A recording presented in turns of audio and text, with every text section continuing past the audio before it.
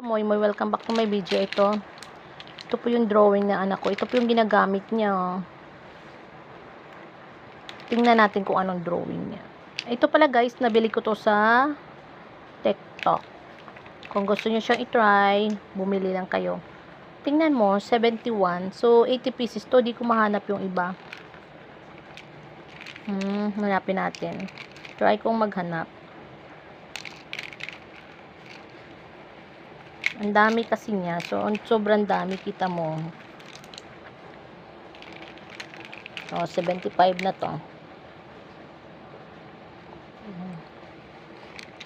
Yung anak ko kasi mahilig 78. Mahilig drawing. So, ayan, gawa niya. Ayan. So, ito lahat ng kulay na to. Yan. Tsaka, sabi nila, pag gumagawa ka daw ng ganyan, ang patalino. So, kumakain siya ng mani. Ayan, mani yan, oh. Tumalino naman siya. Hindi sa tumalino siya doon sa paggawa ng drawing. Dahil kasi sa drawing. So, wala namang pasok ngayon.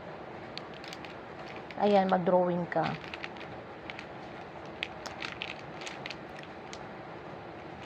Nanep ko yung 80 eh. Ito na yung pinakamataas na 78.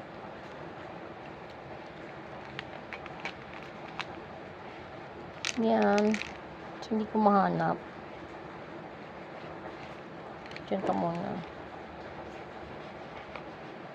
Ito. 79. Ito yung pinakamataas. Yan. Wait lang tapusin natin yung gawa niya. Saka ko ipapaano sa inyo. Kung patapos niyang gawa, tanggalin mo kami mo. Diba? Yan ang ginamit niya. Yan. Ito. Dami. Nasa na tayo. Tapos na? Ayan nasa 29. Hindi ko mahanap yung 80. Ito yung gawa niya. Diba? Kuhang-kuha niya. Yan lang. Dito nagtatapos ang ating video. Paalam.